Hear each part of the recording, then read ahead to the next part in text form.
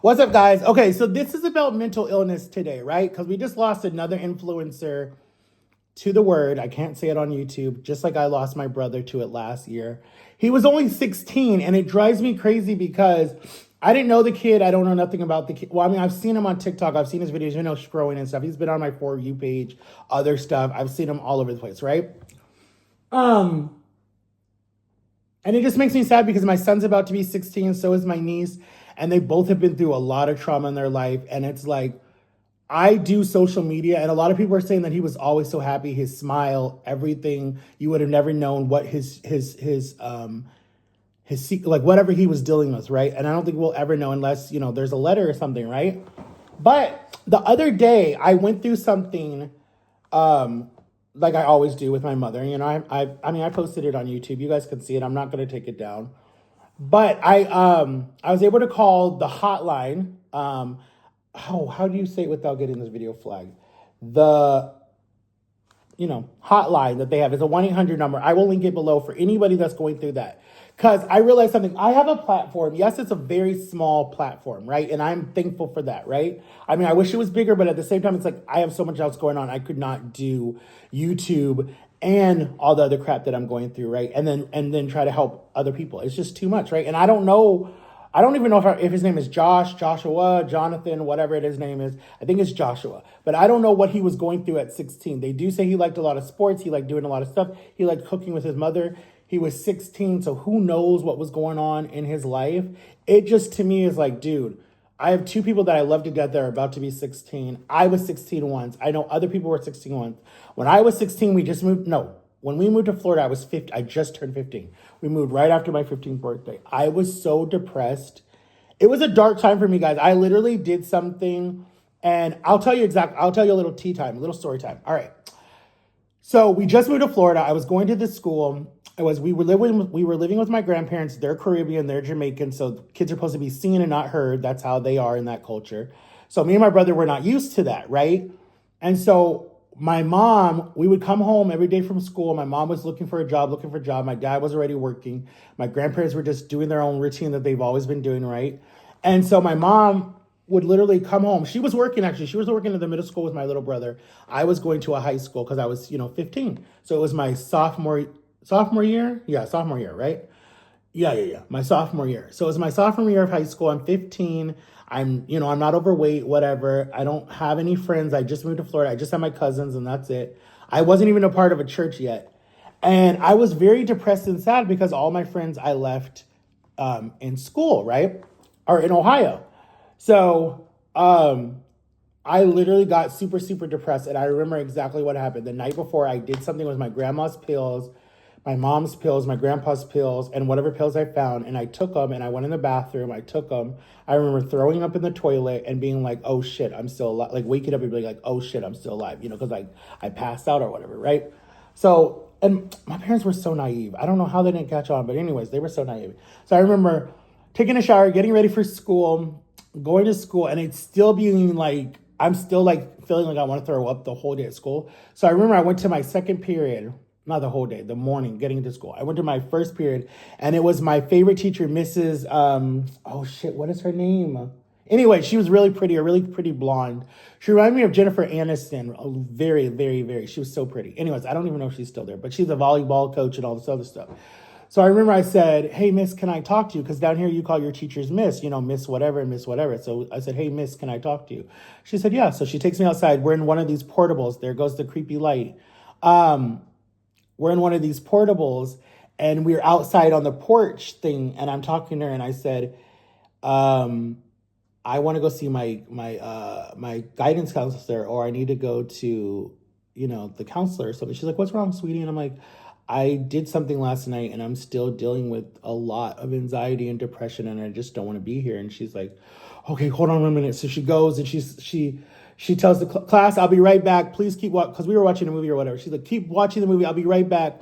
And so she takes me to the front office, and the front office is like, okay, like they've never dealt with someone like this before. And they're like, okay, so like, what did you say? And then they're like, okay, we need to call your mother. We need to call your mother. I'm like, why are you going to call her? She don't even understand it. She don't even believe in counselors.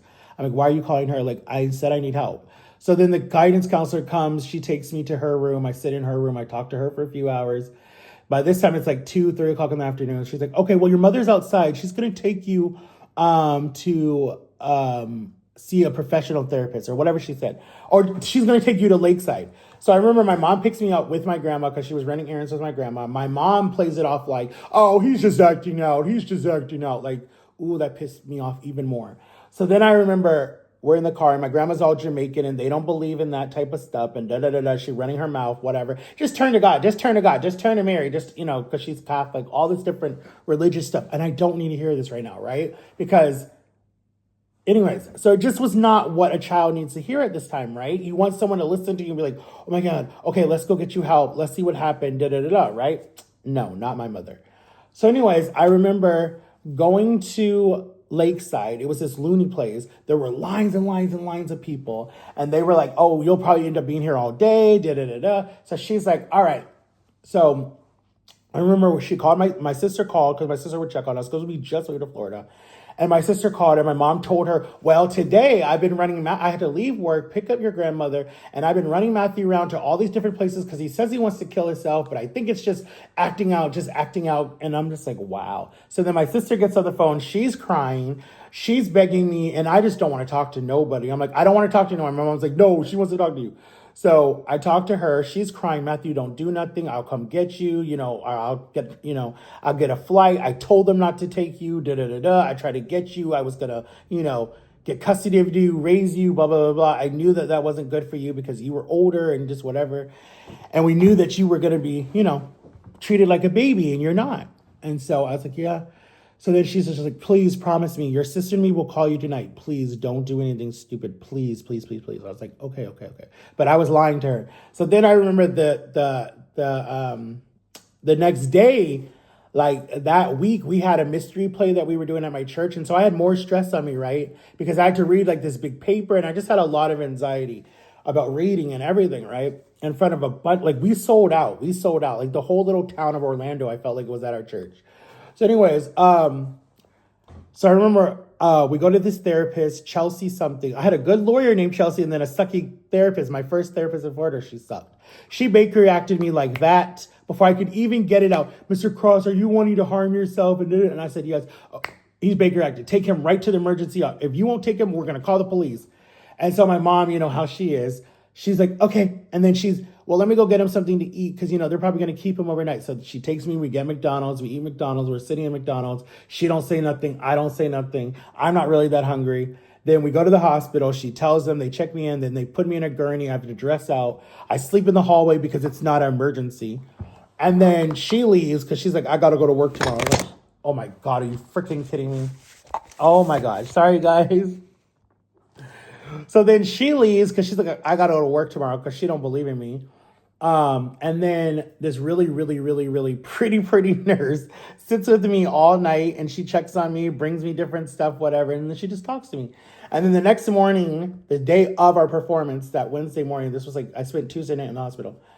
The next morning, the doctor comes in, oh, you're not depressed. You just moved to a new place. You don't have a lot of friends. You have this big performance in the church and you're tired of watching your parents fight and your grandmother. So you're not depressed. And then he lets me go, right? So I'm 15 years old, guys, about to be 16. I bury everything inside and I just say, fuck it. I'm never saying shit again about being depressed because it like scarred me for life. Oof. So we do the performance. It's good. It makes the news, And I started making friends from that concert actually. And then I literally I shut up. I never ever said anything again, except until I came out of jail. And when they knew what happened to me, the judge himself said, get him into therapy right now. And I saw guys, I'm up to 19 different therapists. I have not found one that I like yet. But before all that little story time that I wanted to tell you, now having a brother that has committed that and done that and mental illness and just being so empty inside because I didn't understand why, but I understand now because I know who's at fault and I get it now, but it just broke me because I'm a healer and I love to heal people and I love to help people and I don't care what the problem is. I just want someone to be open and understanding and caring and let me in. I feel like a lot of people surface level let people in their friendships.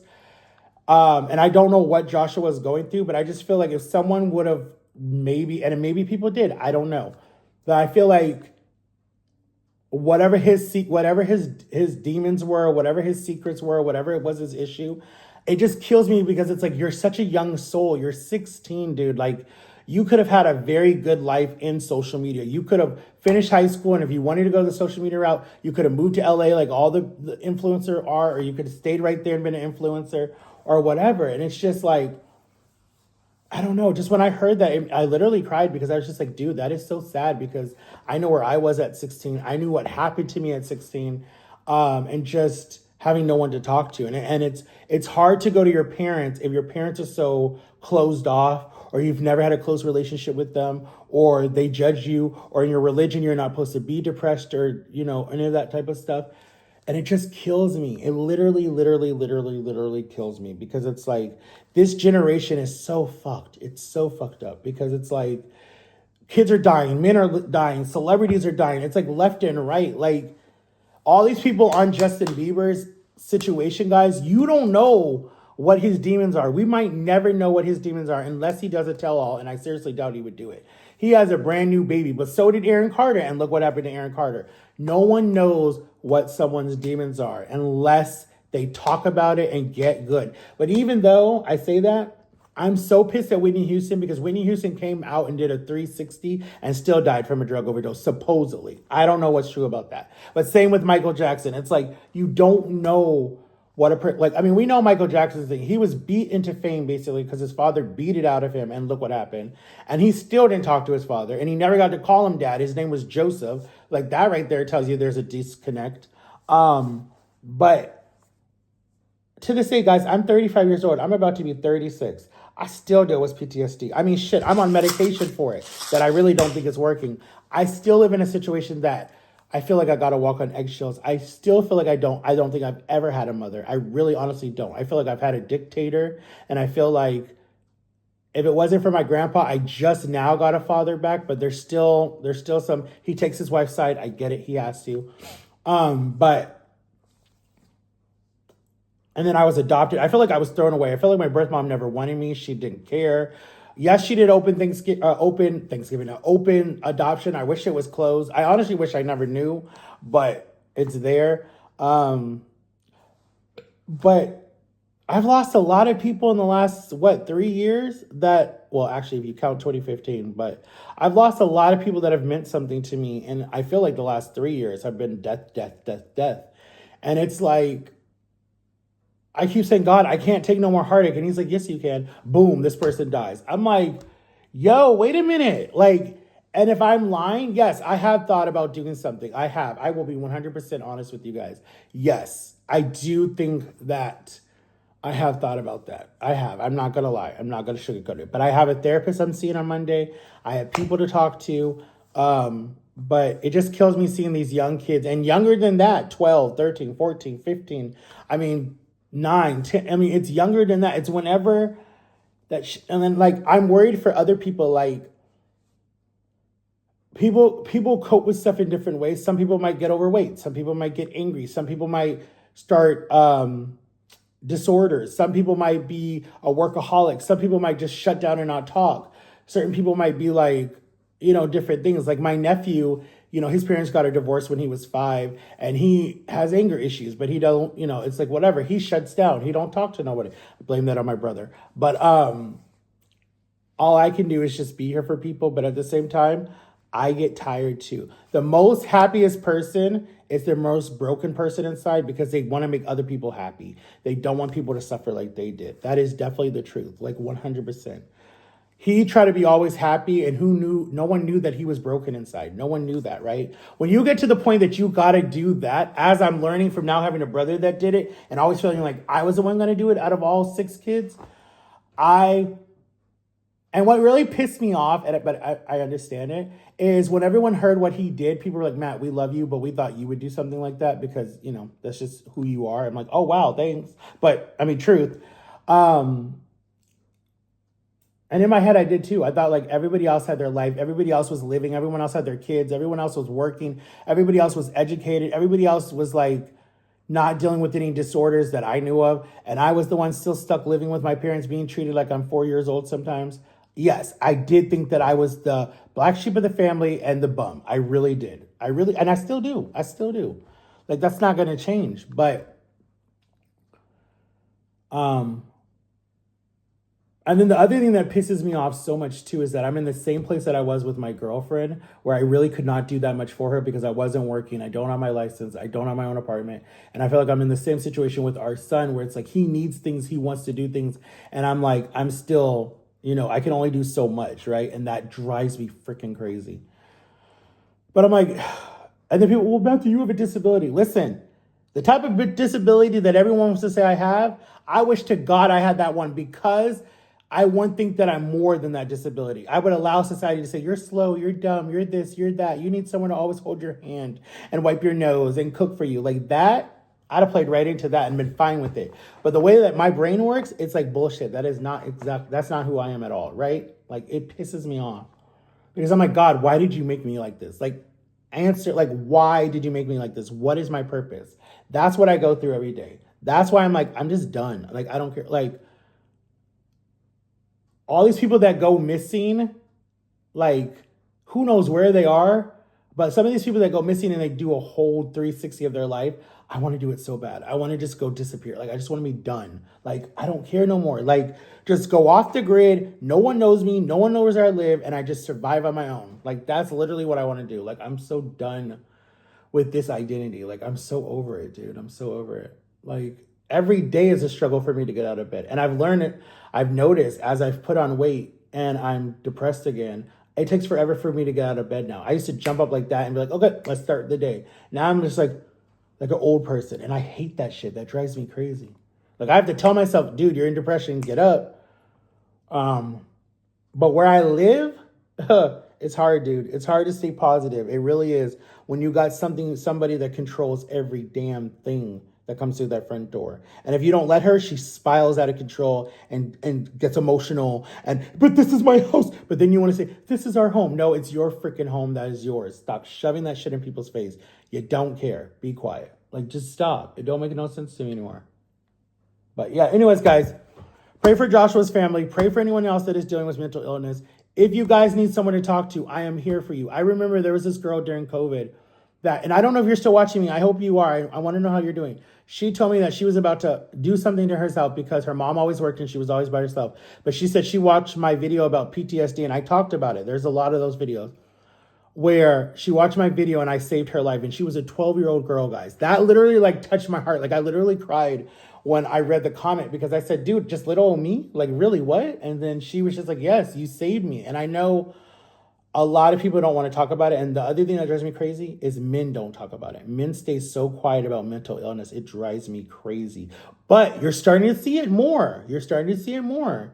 Like, there's been some people from Teen Wolf and different movies and different TV shows that are starting to talk about what Hollywood does to them and how they're so close to the edge. And they say, check on your friends, check on your family members. And that is true, because mental illness is a scary thing. And it can hit you at any age, seriously. Especially if you have an illness that makes it worse, like I do. It can hit you at any age. It just drives you crazy. But I love you guys. Make sure to like and subscribe. Walking video is coming, I promise you. Tomorrow morning. I would have walked yesterday with Jama, but it was just too much. But tomorrow, I promise you, I think I'm going to just do the loop around my neighborhood and talk to you guys, all right? So I love you guys. Make sure to like and subscribe, and I'll see y'all later. Peace out. Bye.